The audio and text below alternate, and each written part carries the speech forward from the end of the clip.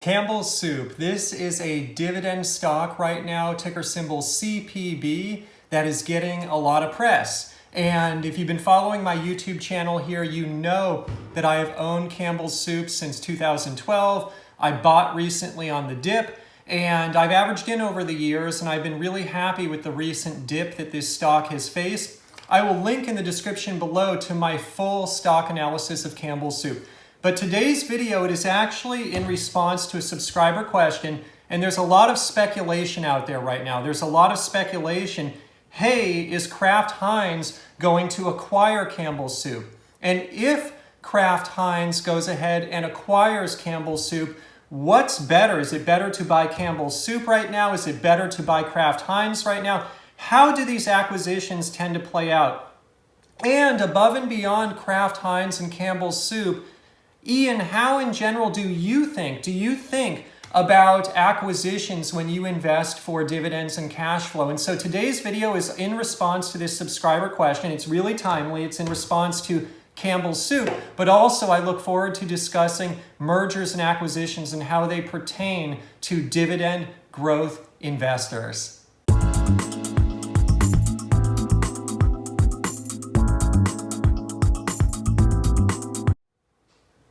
So thank you so much, everyone, for the wonderful subscriber question. This is one that I actually just received from one of my oldest subscribers, been around since the early days. So many great comments and questions, and so I wanted to go ahead and answer this one. And here's the deal. In a nutshell, when an acquisition happens, typically what happens is the company making the acquisition, in this case it would be Kraft Heinz, and again, we don't know if this acquisition will happen, but there's a lot of speculation that it will. If Kraft Heinz goes ahead and makes the acquisition, Kraft Heinz will be the company buying Campbell Soup. Typically the company that is doing the buying, the stock price in the short run, right after the merger is announced, or acquisition is announced, will go down. And typically in the short run, the company that is being purchased, in this case Campbell Soup, it will go up. And so oftentimes when a company gets acquired, it's a really good thing for shorter term investors or people who might want to buy low and sell high, people who are in this for the shorter run. These acquisitions are just great. By the way, I've got my Campbell Soup here. I actually love this product because it's really salty, and either before or after I go on a really long run, I enjoy Campbell Soup. And I'll tell you also here, you may not know, they produce this Plum brand of toddler foods as well. These blueberry bars, great for kids, especially when one is on a road trip or has a day outside of the house and the kids need a snack. These are wonderful. So we've got a bunch of them here.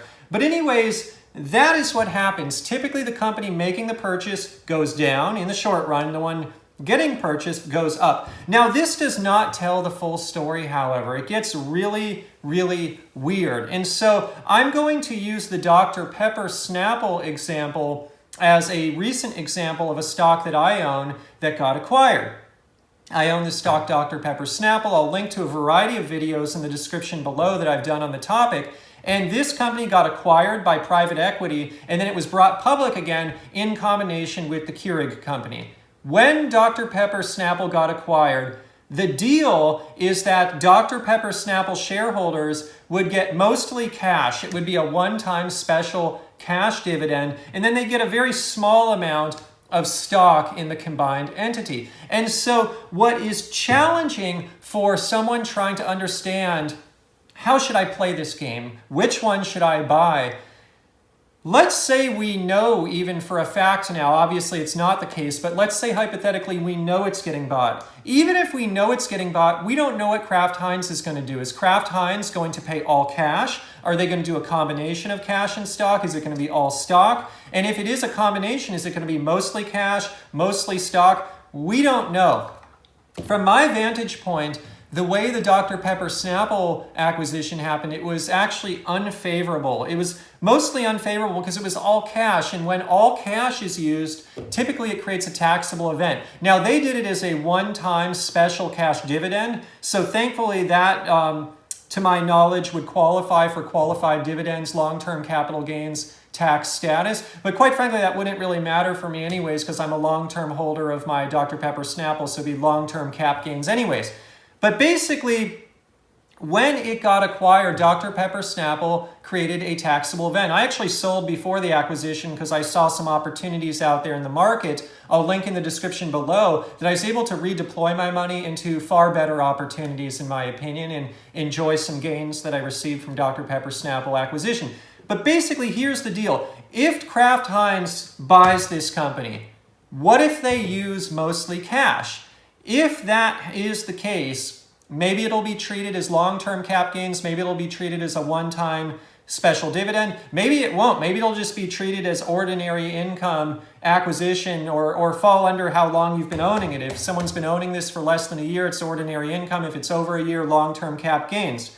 Now, the challenge with that is we just don't know. And so if someone were to buy this now with the hopes that Kraft Heinz is going to acquire, and they're like, hey, I'm going to buy this one because I know it's going to go up. Well, any gains that one might see could actually get wiped out by taxes because it could create a taxable event. Now, if Kraft Heinz goes the other route, they do a stock acquisition. They say, okay, Campbell Soup shareholders, we're going to issue you stock in the combined company in exchange for your Campbell Soup stock. If that is the case, that is a blessing. That is truly the best kind of acquisition because it will not create a short-term taxable event. One will literally just pivot their Campbell Soup stock into Kraft Heinz, and that would be the best case.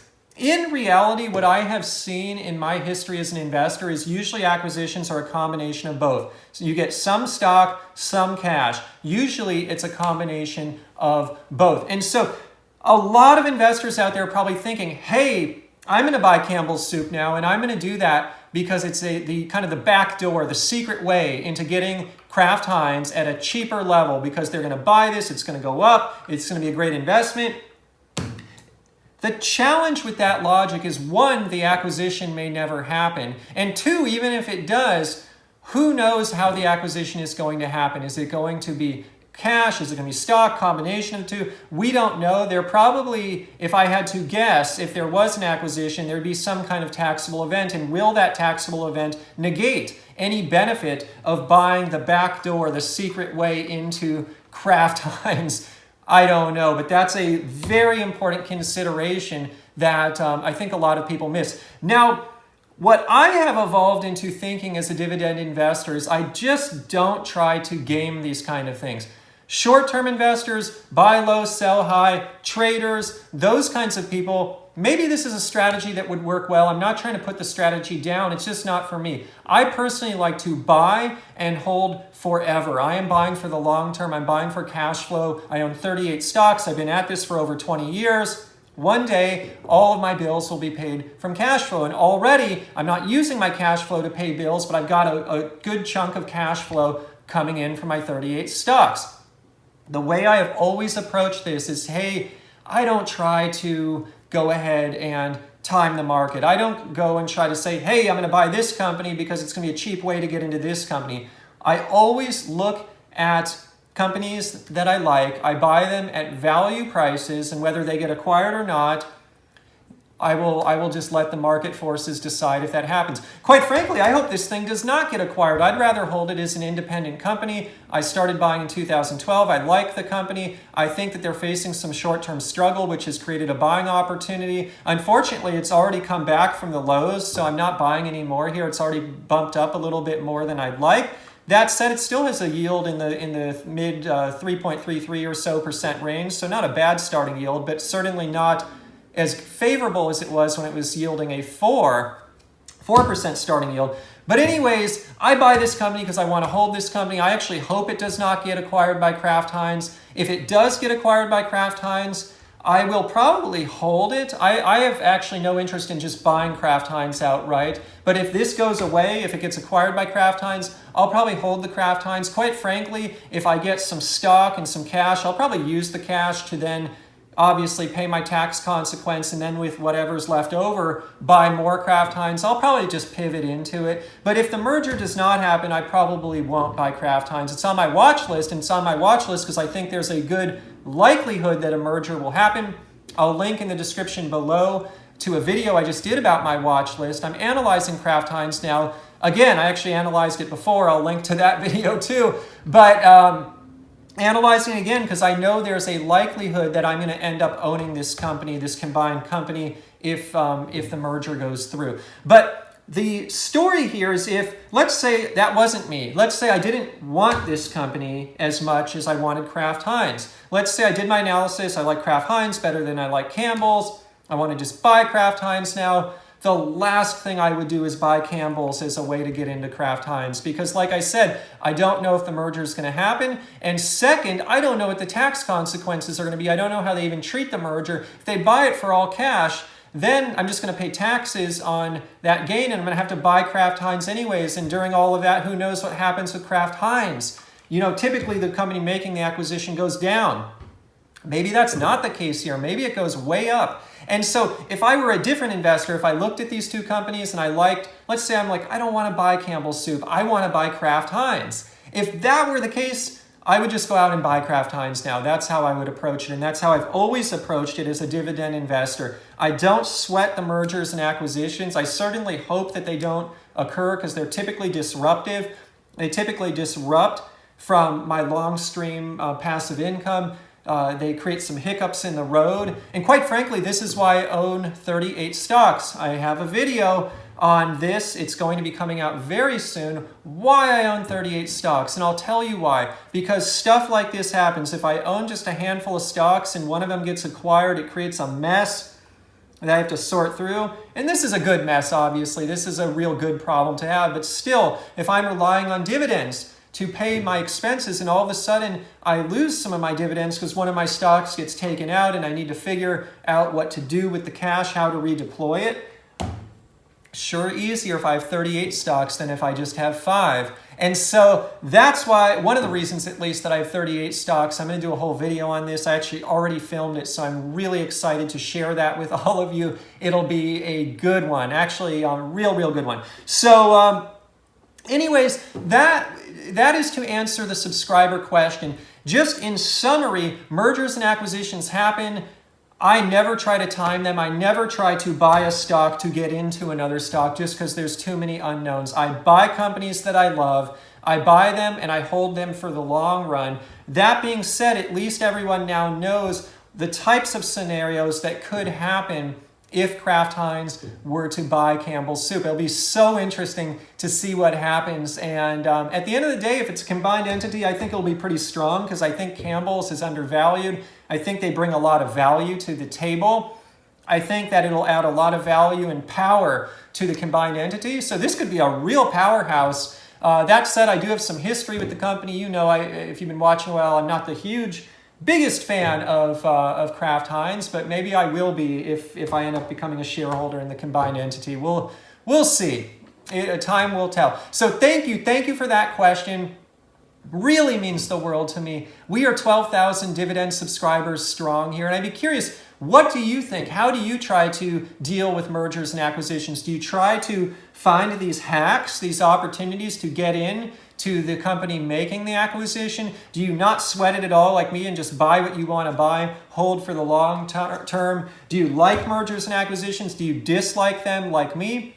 Have you been through a merger and acquisition? I've been through the Dr. Pepper one recently, and so I'd love to hear your thoughts in the comments below. We have a thriving community. We're dividend investors supporting dividend investors in our quest to drive passive income, whether someone wants to be fully covered by passive income or just wants to supplement their income with some passive income. This is the right channel for you. You are in the right place, and we are all here. We are strong. We are supporting each other. Before I leave today, in terms of a full disclosure, I am long. I own stock in Campbell's Soup, ticker symbol CPB. In terms of a friendly disclaimer, today's video is not investment advice. I'm not a licensed investment advisor. This video is just for your fun and entertainment.